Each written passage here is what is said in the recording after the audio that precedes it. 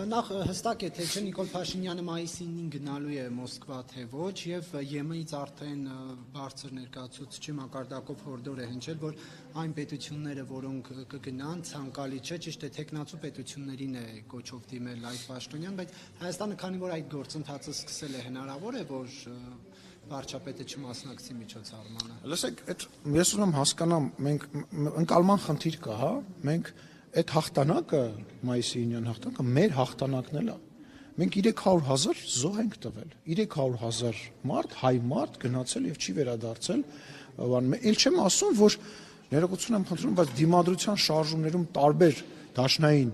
զորքերում էլի հայեր են եղել, որոնք մասնակցել են, դա մեր հպարտության օրերից մեկն է եւ ես կարծում եմ, որ վարչապետի մասնակցությունը որևիցե ձևով չի կարող կապ ունենալ ԵՄ-ի կամ եւ այլ տենց բաների հետ։ ԵՄ-ի շատ ու շատ ղեկավարներ այցելում են Մոսկվա, հանդիպում են Ռուսաստանի Դաշնության նախագահի հետ, բանակցում են, խոսում են։ Հիմա մեծ բանակցություններ են ԱՄՆ-ի հետ, որոնք տեղի են ունենում Արաբական Միացյալ Էմիրություններում։ Այսինքն այդ Հայաստանը պետք է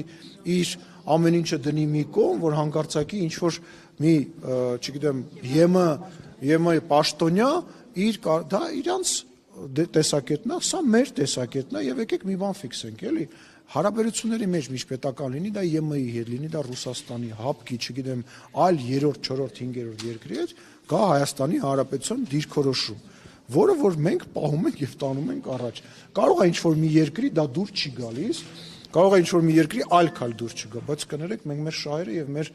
տեսլականը եւ մեր ուղղությունը։ Պասիմոնյան, իսկ անցած տարի մեր հաղթանակը չէր այդ մայիսին։ Դե մեր հաղթանակն էր, անցած տարի նախ հարմար չէր, որովհետեւ այլ պատճառներ կար, ել չեմ ասում հիմա 80-ամյակն է եւ կլոր հոբելյանական տարի է եւ գիտեք ինչ, ամեն տարի աշխարհը իրականությունը եւ ամեն ինչ շատ փոխվում է եւ չի կարելի համեմատել, կարող է հաջորդ տարի օրինակ որոշեն չմասնակցել կամ հաջորդ տարի ընդհանրապես այդ միջոցառումը կարող է որոշեն չանել, չես կարող ասել։